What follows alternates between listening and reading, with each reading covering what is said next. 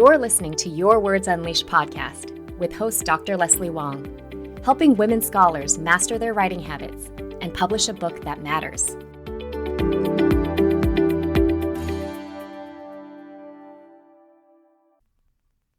Hey there, writers. We have finally reached the summer, at least in North America, and I know that many of you are reassessing your life and priorities after a brutal school year. Before I dive into today's episode, in which I'm going to give you 4 mindset shifts that will help you break through writer's block, I want to ask you a few questions. So first, do you want to work less during the school year? Okay, I know that everyone would say yes to that. So let me add, do you want to work less during the school year, but you have no idea where you'd cut back because everything feels equally important? Do you feel like you spend most of your time attending to everyone else's needs but your own? Do you have the strong sense that how you've been working is unsustainable and something is going to give in terms of your health or relationships? Are you feeling like you've lost passion for your work because there's just way too much of it on your plate? And finally, do you feel like you're in a professional rut, but you don't have the time and space to figure out how to fix it? So if you answered yes to most or all of these questions, you're probably in need of career coaching. And I'm thrilled to tell you that I'm here to provide it for you. Today, I want to reveal my new one-on-one coaching program for overwhelmed academics that I call the Career Reset. Since first becoming a life coach in 2018, I have coached academics on all aspects of their lives and careers. I've coached people on issues ranging from marital and relationship problems to navigating the loss of a parent. But one of the things I enjoy the most is helping overwhelmed, frazzled academics clear out the clutter from their lives and reconnect with an internal sense of purpose. I love working with folks who are burnt out to reorient their careers toward their own values, needs, and priorities. And in fact, even though I've only advertised myself as a book writing coach for the past few years, I've consistently been doing career coaching for certain clients. What I've been noticing is that people are more burnt out than ever and in need of more internal guidance than ever. So the Career Reset program will do 4 things.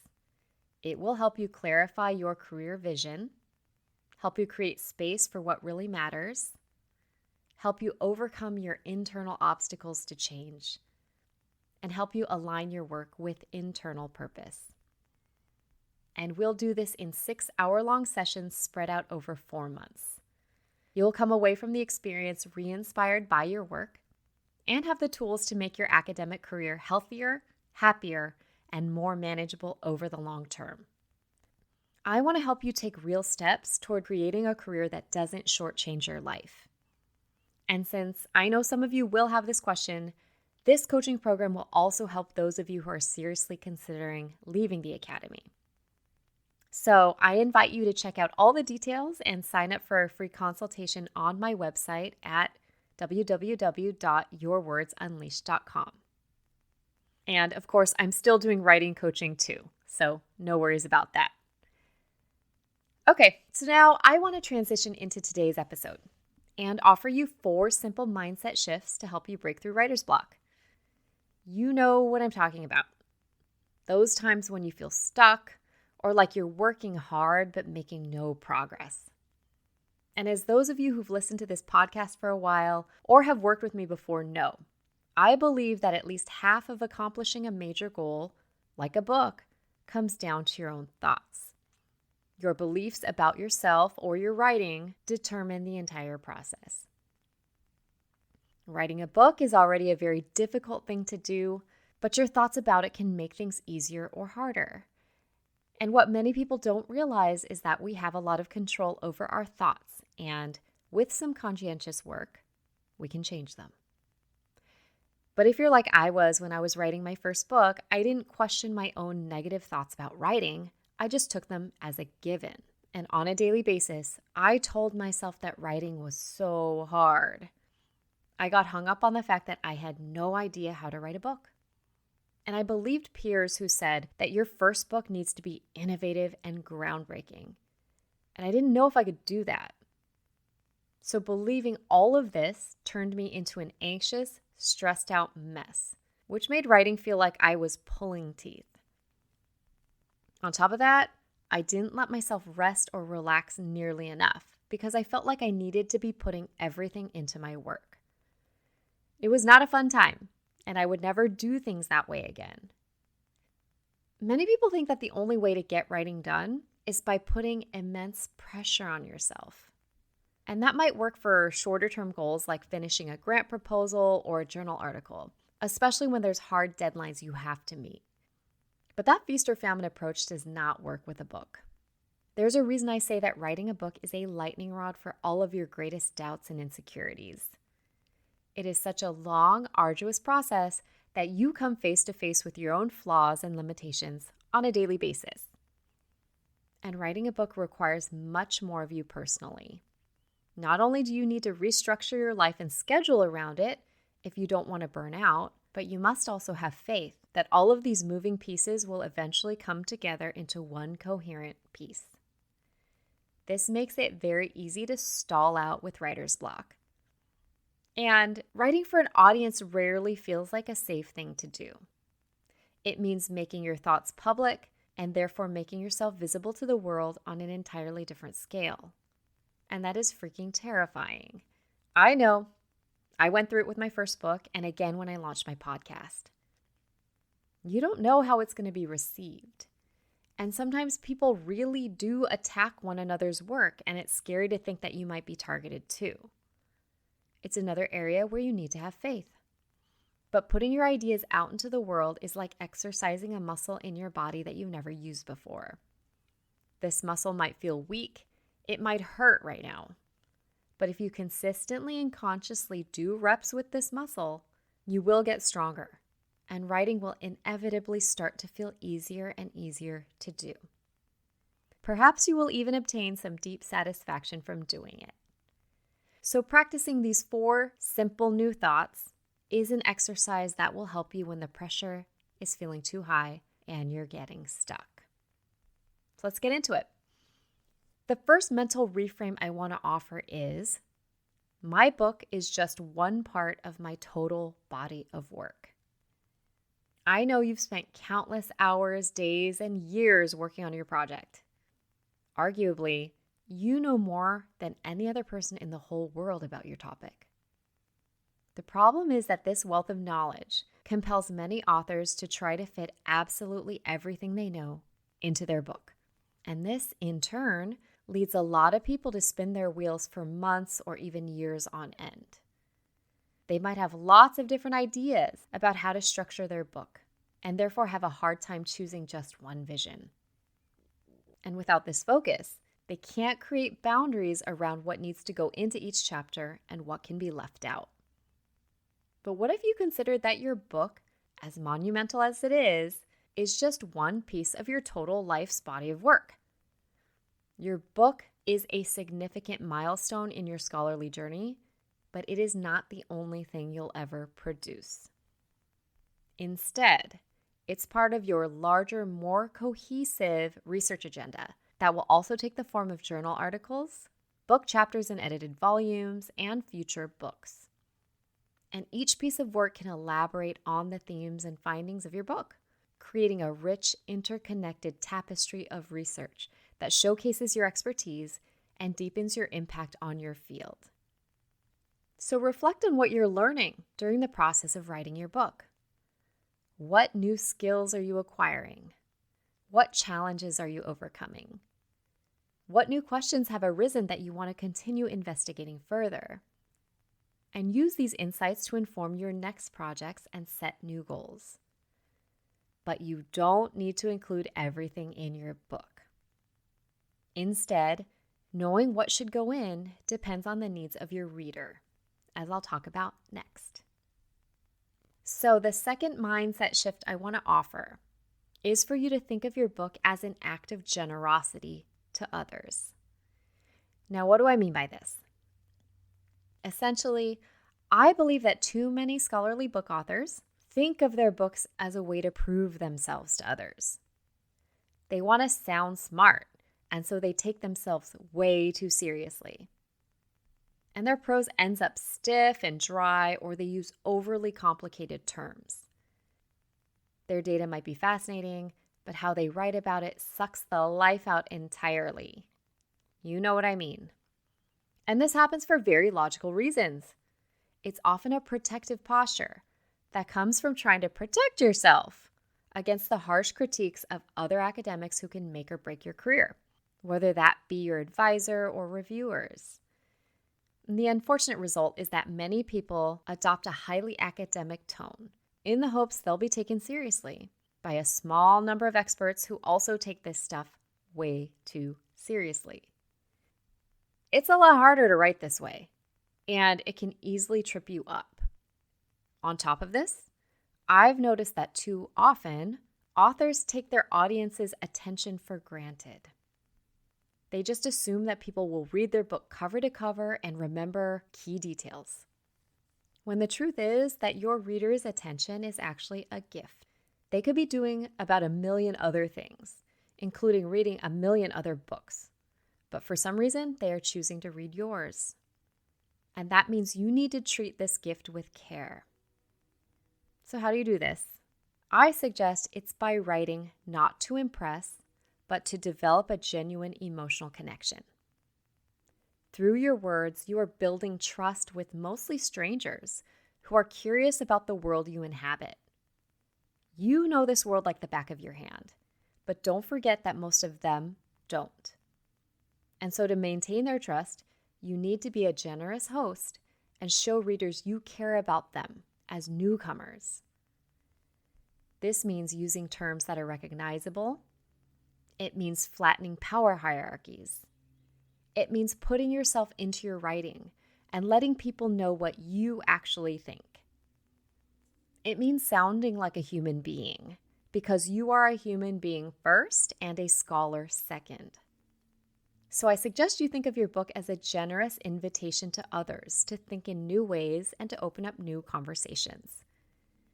You do not have to be writing the definitive book on the topic. I mean, you might, but that's not up to you to decide. And when you put pressure on your project to wow others, you will often second guess yourself, feel disconnected from purpose, and never believe it's good enough. You'll stall out and spin your wheels. So if this is you, I encourage you to recenter what fascinates you about the topic and what kinds of new conversations you want to have with others about it. As a generous host, welcome others into your world and your unique way of thinking.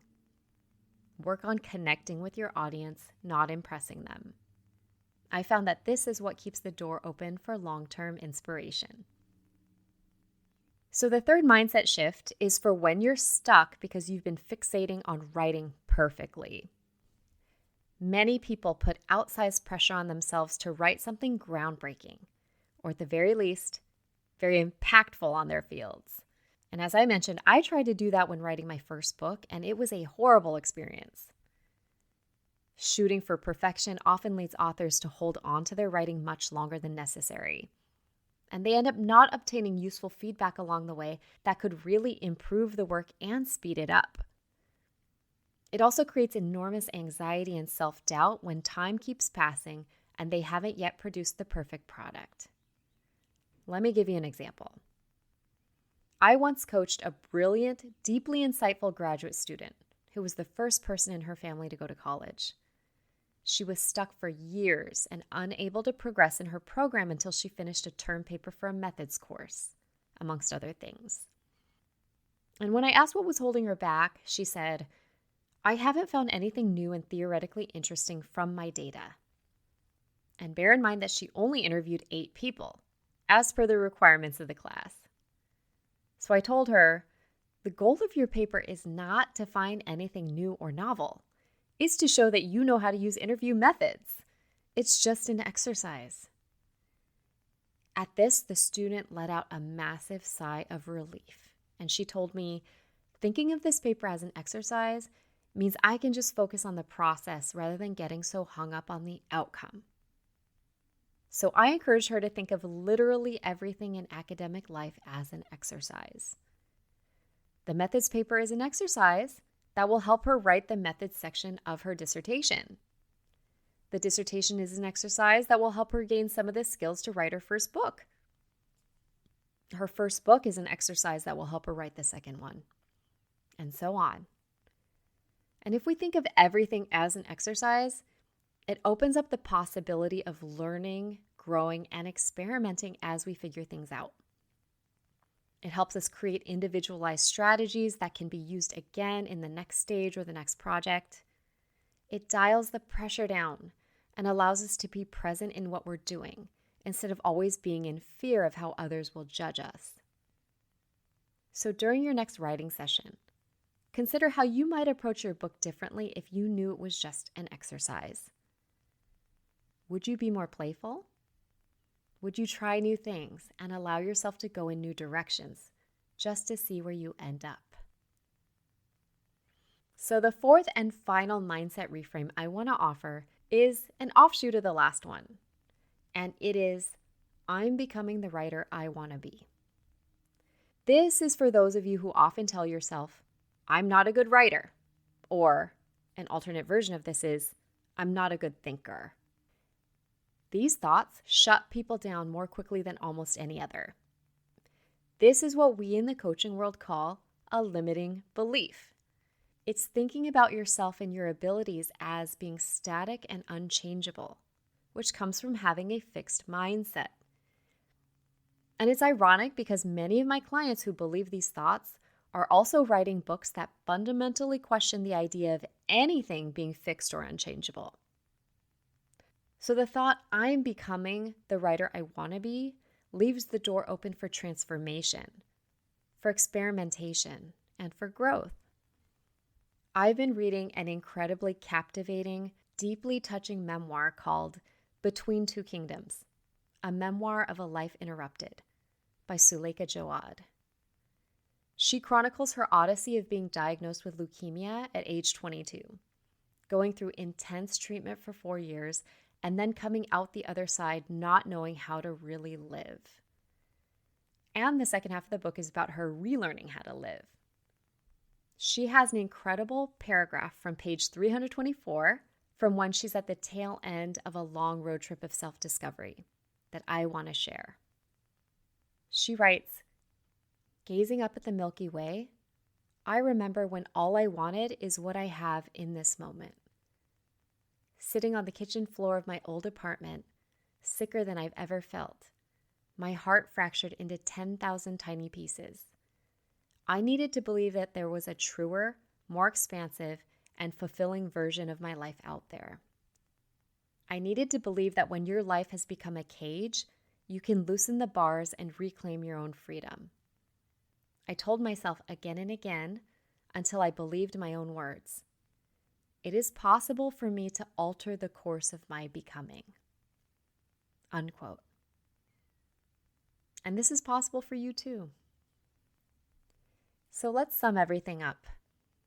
I've given you 4 simple mindset shifts you can make to interrupt the negative self-talk that causes writer's block. Number 1 is, my book is just one part of my total body of work. Number 2, my book is an act of generosity to others. Number 3, it's all just an exercise. And number 4, I'm becoming the writer I want to be. These thoughts help you recognize that while writing is scary, that doesn't need to stop you from doing it. Changing how you talk to yourself so that you create an internal sense of safety is a skill like any other. And at first, these thoughts may not land with you in an authentic way. They may feel foreign. And yet, I would offer that the discomfort of creating new thought patterns is vastly less painful than always looking outside of yourself for validation and permission to be human. The question is, how do you want to show up in the world? And how does your writing contribute to building the world you want to inhabit?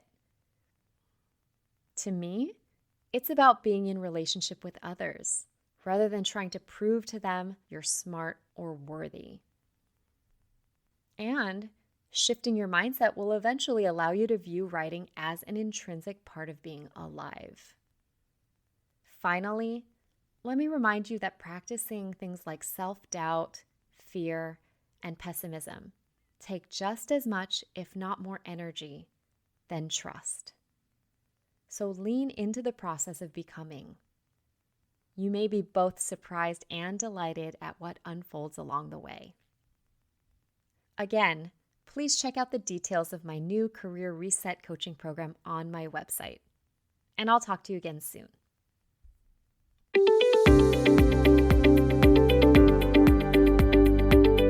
Thanks for tuning in to Your Words Unleashed podcast.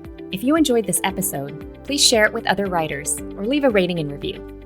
To find the full transcript and catch all the latest from me, check out my website, yourwordsunleashed.com. I'll talk to you next time. Happy writing!